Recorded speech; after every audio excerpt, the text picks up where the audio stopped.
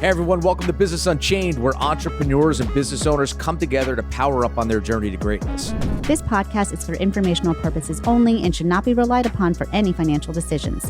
Clients of Greenridge Wealth Planning may maintain positions in any securities discussed in this podcast.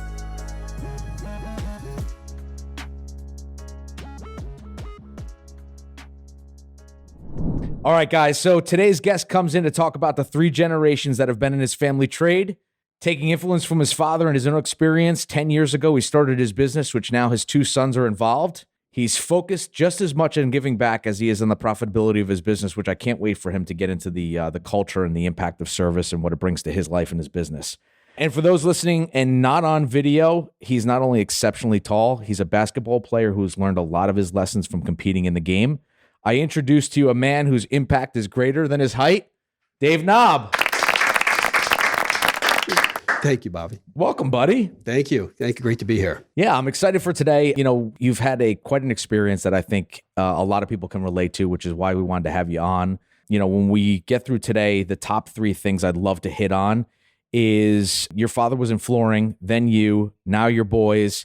I'd love to hear a little bit about the obstacles you faced and the ones that you kind of foresee with the boys coming into the business. Maybe talk about the family business dynamics. Also want to get into a little bit of, you know, you worked for other people before you went on your own. So what kind of pushed you over the edge to start your own business? And I really love bridging the lessons of sports and business. So I'm excited to kind of get into a little bit of your mentality and your mindset around how you approach things. Right. And then I would love to just learn maybe the top 3 things that you figured out in the process of running your own company that you might have been naive to before you jumped in. Mm-hmm. So what are those lessons? How have they impacted and how have you pivoted or made adjustments as necessary and where you're bringing the business moving forward? So what about for you? What are you hoping to leave today to the audience in terms of your experience, nuggets that you've shared? Is there anything that you want to add to that list? I would start off by saying this, just in general. I've seen other people start their businesses when I was employed for other people. And I thought, wow, I don't know if I could ever do that. They have their autonomy. They've figured it out. They're at this other level. I'm working within the safety network of another person. I get a paycheck. I work hard. I do my job. I'm learning. I'm really doing all the right stuff for my employer. But I don't know that I could ever bridge that gap because once you do that, you're on your own. Win or lose, you're gonna deal with the consequences of what happens in your business. So I never knew that I could really do it, but there was a day that came that happened, and when I did, I went through what most people go through: the couple of years of bread and water in the house, and just very, very lean, and wondering some moments could I make it, but having gotten over the hump, it was the best thing ever. So for those who, I would say if I was going to leave something behind for somebody else to hear, and that would be, you know, taking that leap, it is the most rewarding thing in the world. If you're able to do it and get through the hump, it is better than any other way to practice your trade and leave your mark on society as owning your own business. So let's hop into your head. The moment you decided, okay, I'm going to do this. And I think people talk about the trials and tribulations, those early years when things are lean, things are tough. Give us a little bit of, bring us back to that moment and talk to me about your mindset in terms of where you were when you said, I'm going to do this. What were the first things that you did? What were some of the things that catapulted you from, I'm in the safety net, I have a paycheck, and now, holy shit, I got to do this on my own. Yeah. Yeah. So I have to tell you, I was working for another company and I felt I was contributing at a high level. There was this project. It was one of the largest in New Jersey.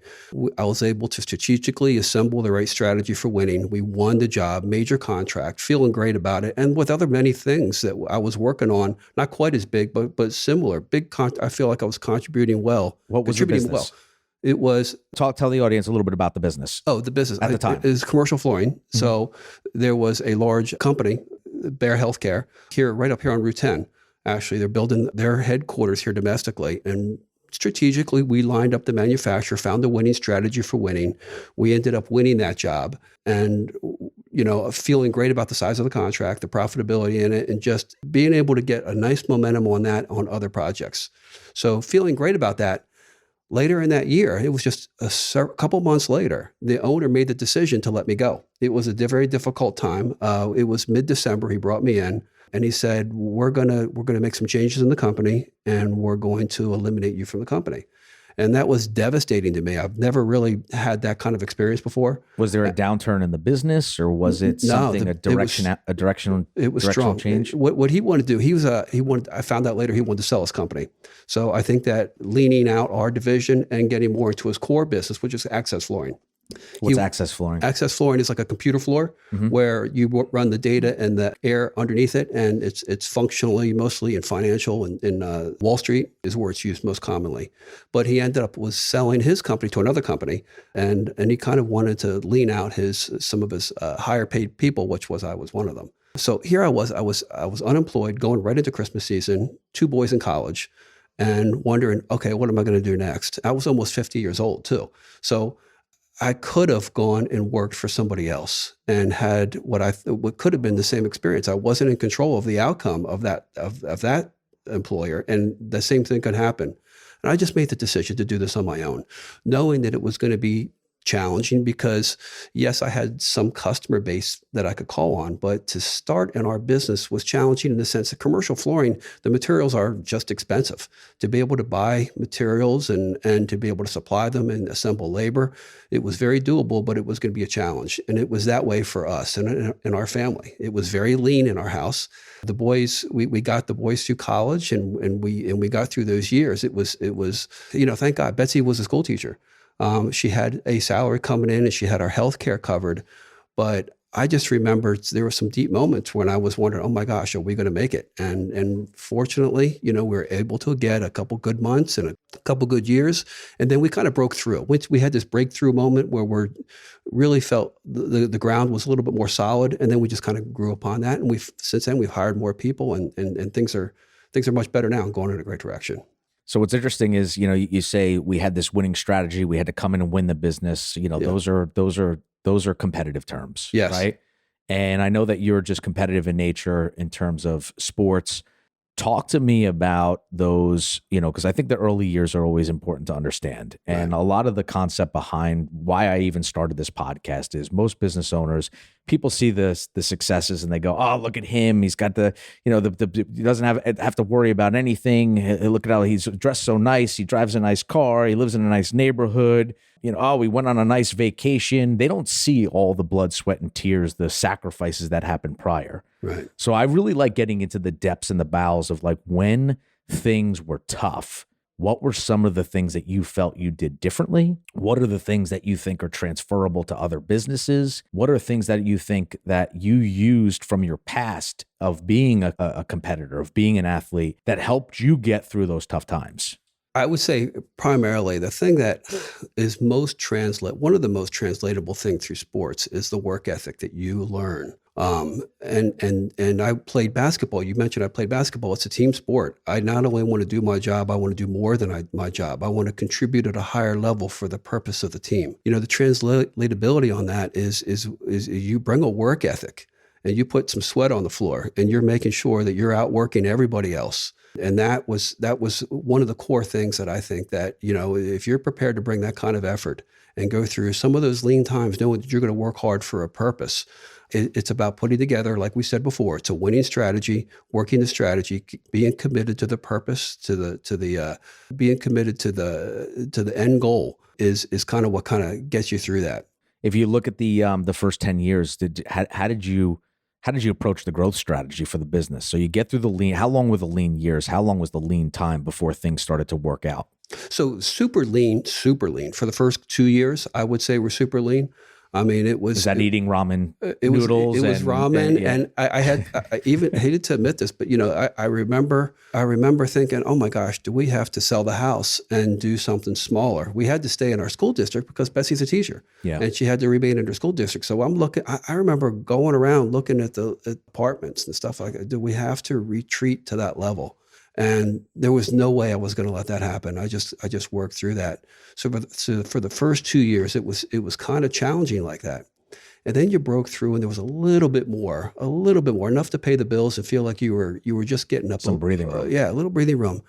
And then after about the fourth year, I felt like oh my gosh, I'm working at the kitchen table and I'm trying to get things done, and I need help. I need more people. With the amount of business that we're doing, I don't want to make a mistake. I've now cultivated a customer base that's dependent upon a real hands-on strategy, and I can't abandon that brand. So as opposed to letting that momentum, not get serviced, I have to then hire people. So then we're starting to bring on some strategic people. And that was a tough process, bringing on people, because I was kind of a bit of a control freak on only I could do what had to be done.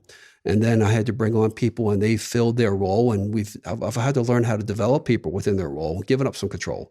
And that's been part of the growth strategy, just breaking out of the house, buying a building for an office and bringing on the right team to be part of our team. Yeah, it's funny you say that, because my wife, Brooke, she was a guidance counselor. So she was in the school district. Right. And when I left my family business, it was one where there was no safety net for me. I had no additional money, and it was time to go back and follow my passion. And I knew starting my own business was really going to be the route in which I was going to go with my entrepreneurial background and just my mindset. And there were definitely moments of time where things were really lean and we were building up the debt in terms of credit cards. And it was one of those things, you have to have ultimate faith in yourself. Right. And we had thought about, oh man, there's just so much you can cut. But as you start to cut, that becomes almost a moment of setting that bar a little bit lower in my mind, right? So I'm like, if I give up, if I have to cut, if I have to draw back, I'm almost conceding that I'm losing this battle. So I changed my mindset to more abundance. Like, there's more. I'm going to go get more. I'm going to go. This is going to work. Actually, this is going to be my next goal. This is going to be my next goal. And for me, early on in those years, it was that mindset change when things got really shitty. It's like the story of the guy who bought the land and the property to mine for gold. And he got 3 feet from the gold, was tired of spending money, was tired of putting any more energy, sold it off for cheap. Next guy came in 3 feet further, found the biggest gold deposit on the West Coast. Mm-hmm. I didn't want to be that guy. I wanted to be the one who reaped the rewards of all the blood, sweat, and tears that I had in my trail, in my path. I could only imagine that was kind of the same thing that you were dealing with in those early years. Right. Yeah, absolutely. I mean, just the work and the work and the long hours, the weekends all ran into the weeks, and it was around the clock. It was legitimately you slept when you can, and it's a 24/7 mentality on when you're in those early years. Was it a client? Did you close a deal that kind of got you to that feeling of like a little bit of relief where you were able to then expand your mind and bring in the extra help? What was the moment that, if you can recall back and think about the element in which you're in, the environment in which you're in, what actually pushed you over the edge? It was, we were doing commercial flooring. We're doing some bank work with some retail banks. And there was just our market adjusted a little bit in a way that the business shifted in a way that I was going to capture a lot more of it. And it was a shift that I wish I could say I had complete control of it, but we did the groundwork. I did the groundwork, and we were positioning ourselves for whatever was going to materialize. It turned out that circumstances changed in a favorable way. And once we were able to get this bigger part of this business, it enabled us to not only capture this business, but also really look laterally. We don't want to be so dependent on one segment. We were really developing healthcare and education and corporate and every other segment there is, so that we're more of a well-rounded team. So, I would say that the impetus for bringing on more staff and ramping up was a client that enabled us to get to the point where we can, now we have some really solid ground under us, and now we can go a little more lateral. It's funny because there's a lot of people who come in here and they're like, yeah, you know what? The environment just turned, and it was a great moment for us to make money. Yeah. And everyone always says, being in business, there's a lot of hard work and a little bit of luck, but you put the hard work in to lay the foundation to start to get in front of the prospective clients, it sounds like. Mm-hmm. So when that market changed, right, you were able to take advantage of it. Tell us a little bit about some of the growth pains that you had when you started to add these people. What was your thought process when you were bringing people in? How did you design your infrastructure? So the first hire I made was my one son, Josh. He had graduated from school, and it was an easy hire because he wanted to be in construction, and I was able to bring him aboard, and I needed help in the areas that he was. That was easy. The challenging thing, and Josh told me later, he was really bored with the job because I was a bit of a control guy. I was only giving him so much, and he was capable of so much more. That was one of my challenges. I had to learn how he's a smart young man, capable of more, and by taking the time to allow him to do more within the process, his contribution is so much more. He's so much happier in the job. At one point, I found out he was looking to leave at some point because he just felt bored with it. So, that turnover process of relinquishing control was certainly helpful for Josh and for me, because the other part of it, then Josh was helping me in the project management part, but my gosh, all weekend long, all I was doing was just accounting, paying bills, billing customers. It was making sure I always let the weekends be a dump for, okay, I'll catch up on this and that. and I did the work during the week, and I did all the other stuff on the weekends. And poor Betsy, she saw none of me. It was just all working all the time. And, one of my business advisors, Mitch, he said, listen, you've got to bring on this person. We've got to find the person. And this person materialized. We made her an offer. She came aboard, and she just turned our business around because she really took all that off my plate, plus so much more. But it was really hard, Bobby, to tell you the truth, to relinquish all that stuff to somebody else. Now I'm letting somebody else into my bank account and seeing all that personal stuff and really putting her in charge of all that things that I wanted to guard and hold on to so tightly. But she's doing so much better than I would now anyway. And I feel really great that I've enabled Josh, I've enabled Kathy, the person I'm talking about now, plus everybody else now who's joined the team. Was Kathy that first person to kind of set off the dominoes in terms of being able to say, you know what, that was hard, but holy Christ, does that feel so much better to have her focusing on that component, which really isn't my strength. It's not the focus. It's not what's building the business. It's really just an operational component of the business that I shouldn't be doing anyway. Right. Was that the first domino that fell? And how did you start to then look at your business to where delegation became a huge part of it? Yeah, it was Kathy who did that because, again, that was the most sensitive information in the company. And by giving that to her, and then she doing so well with it, I thought, oh my gosh, if she can do well with this. And consequently, as we were just going about our business, more growth opportunities were presenting themselves. We tend to be very creative in the way that we pursue our next levels of business. Next year, the next couple, 5 years, 10 years. So we're always planning ahead. And sometimes, the opportunities come at times that you don't expect them to, and you just have to be somewhat prepared. So Kathy was the impetus for understanding that delegation and letting somebody else run something that I think only I could be done. So now we have a team involved with, pursuing the schoolwork that we do, and another person in charge of the healthcare that we're doing. Normally, I would think only I could do that. I was the one calling on hospitals, and I got to know all of them and all the people and the ins and outs. But once I turned that over to someone else, it was really relieving knowing that I didn't have to do all that stuff. Somebody else was doing it, and as good as I would have done. It's amazing, right? When you let it's almost a little ego, right? The ego kind of grabs hold and it's like, I can't, no, I have to do it because I don't know any other way. That's right. My only other way is if I don't do it, I remember I was the employee and I'm here to control my own destiny. And that control sometimes is a little heavy. Yeah. But the other thing that I've learned along that is if somebody else is going to do it similar to my way, but have their own identity within it, that's okay.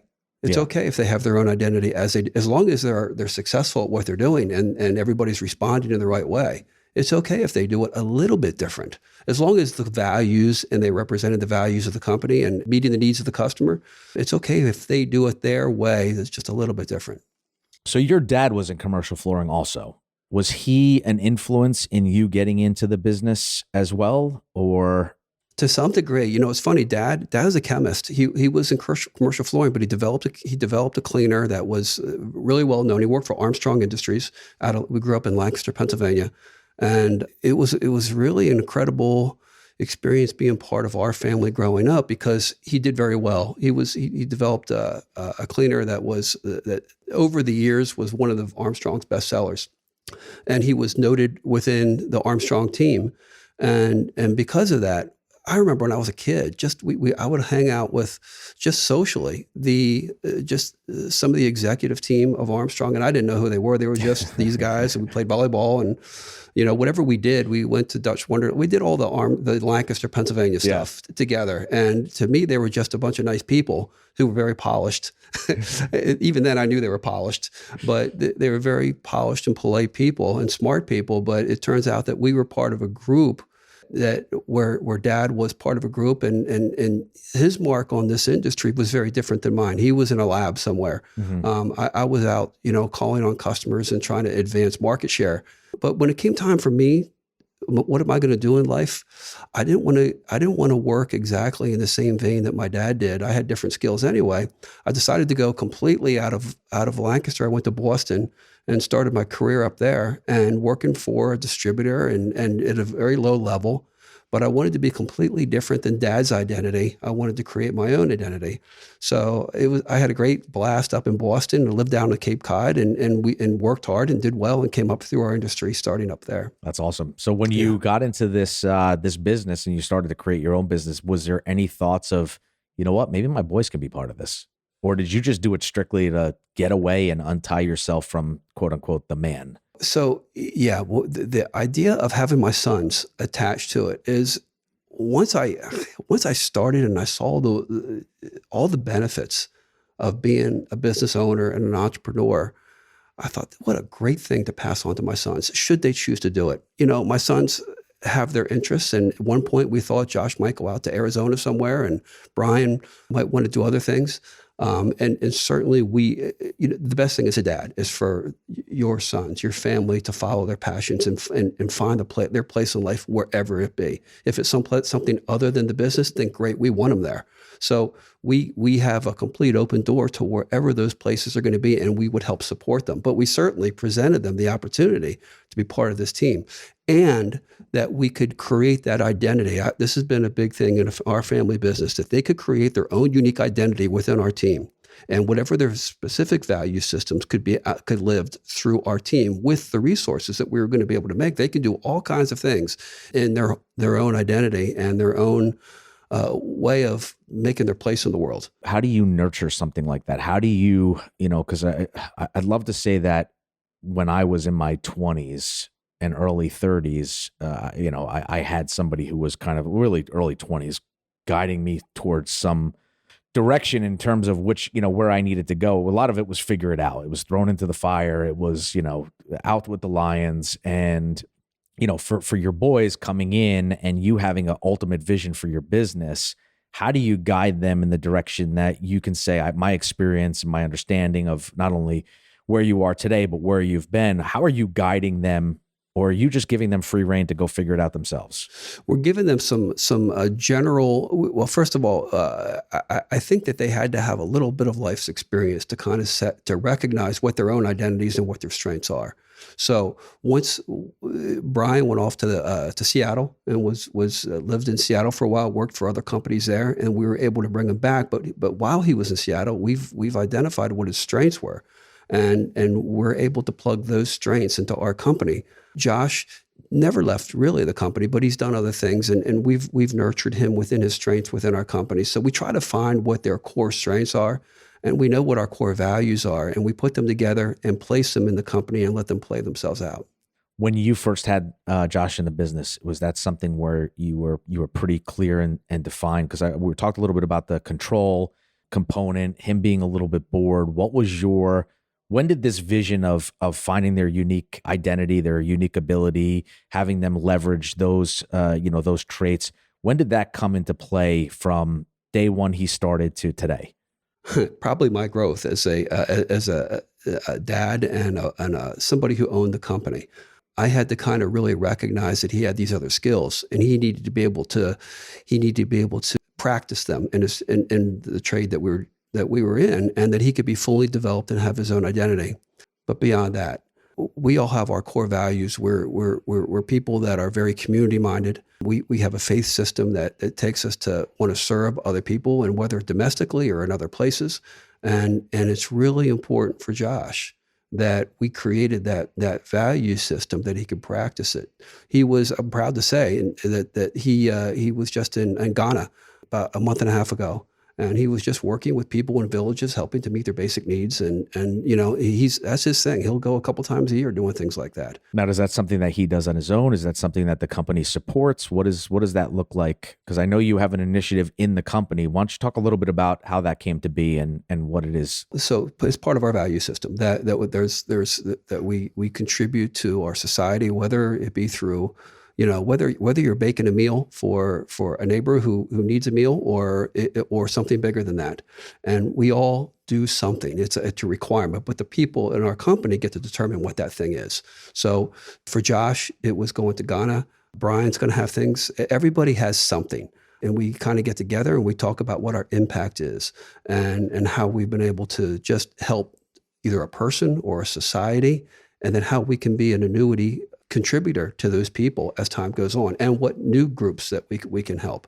We find that to be a really rewarding thing. We have great gratitude in our company, and this is one of the ways we express our gratitude, and that is how we help and support other people. Now, you just said it was part of your faith. It's something that you truly believe in. It's not something surface that you threw in there just for the sake of trying to run a business in a way that externally looks pretty.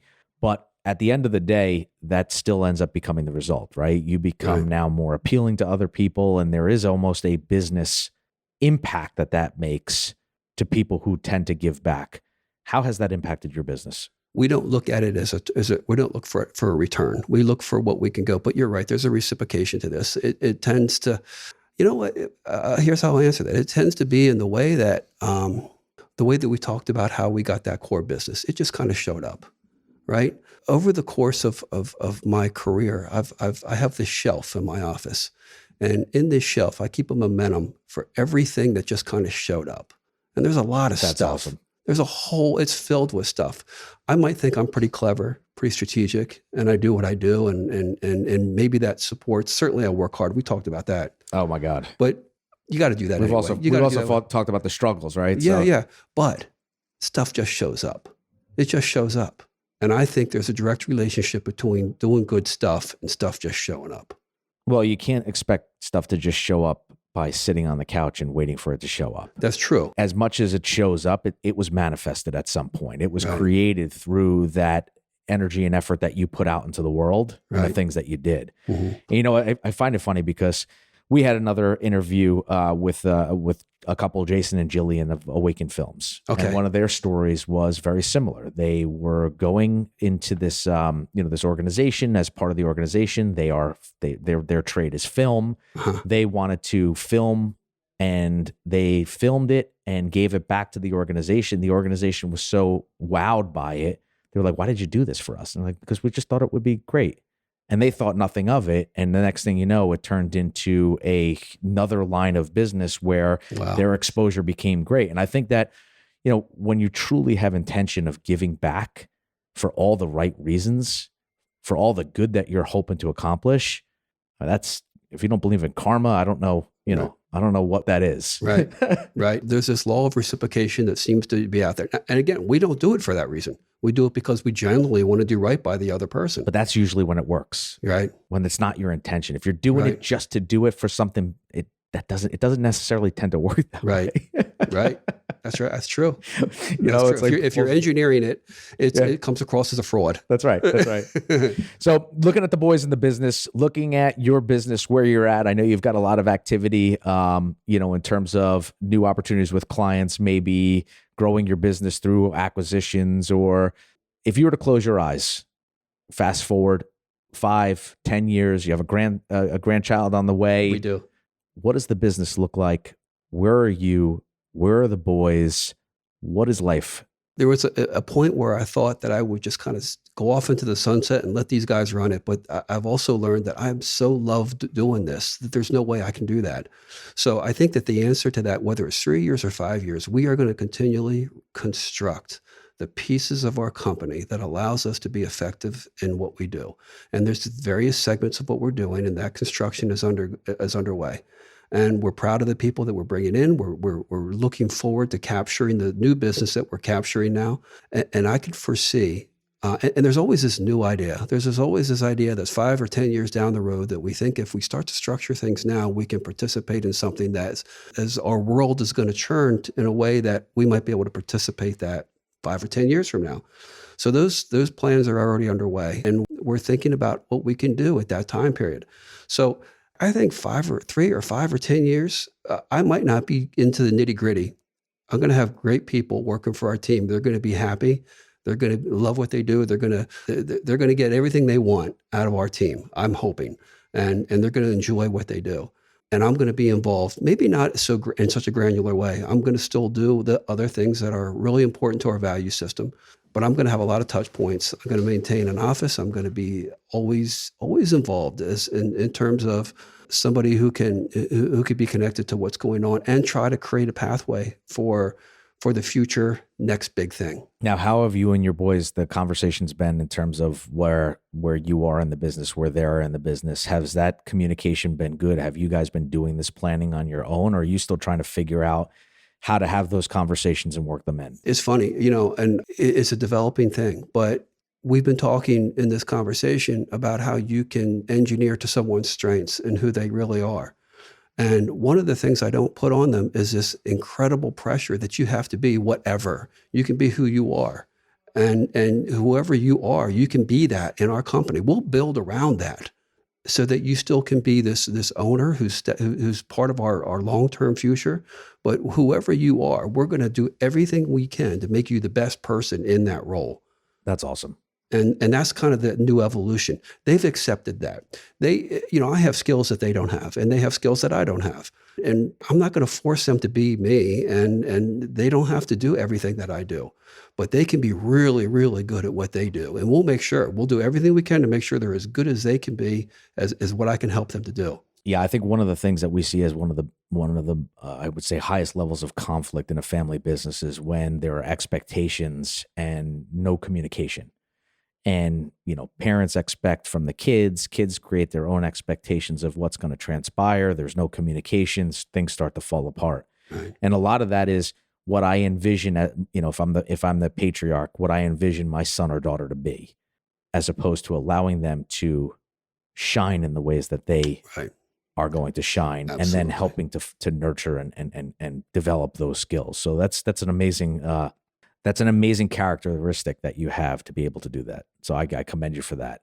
Wrapping it up here, because we've been on for a bit now. I do want to talk a little bit about you were in business for 50 years. Well, you're 50. So you were 50 when you opened up the firm. So you weren't in business for 50 years, but you're 50 years old.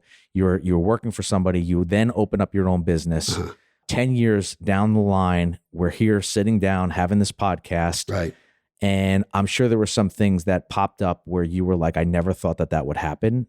And these are the lessons that I've learned. What are some of the 3 things that you, or maybe 2 or 3 nuggets that you can give to people who are starting out in business, that you've experienced something and you could say, when this happens, some maybe points of where your mentality is, or what advice you would give, or things that you've learned even just throughout life? Yeah, there was one thing that I did early that was kind of a mistake.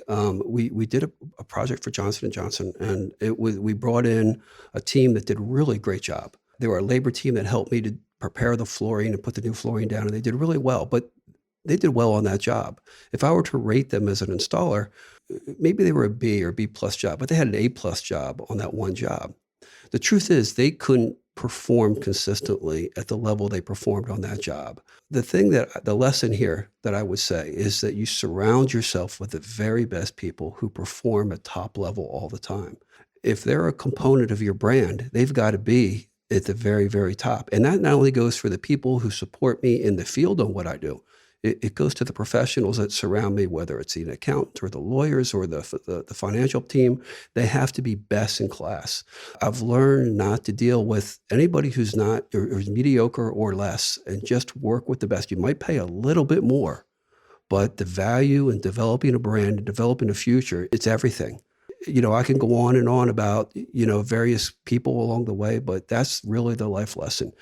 Surround yourself with the best people, even if it costs you just a little bit more. You don't need to overpay, but a little bit more to get the right team around you, because your brand is everything. And if they're going to represent you in any way, it's important to invest in that.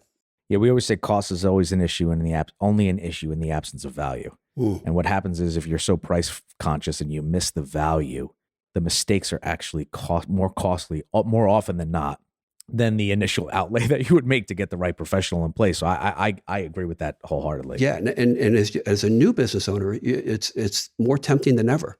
Wow, yeah, I'd love to take that extra couple percent because I really need that extra couple percent, but it's not worth it. It's not worth it in the end. No, and then if you have that mindset shift of I got to cut back, you're always going to find yourself in that position where your life is going to be about reduction as opposed to growth. Right. And if you start to think about, okay, if that guy or that woman or that firm or that company or that professional, whether it's a coach or whatever it is going to cost that, what do I need to do in order to cover those extra fees? Right. Do I need to bring in more clients or more customers or more locations or whatever your business looks like? So I love that. Thank you.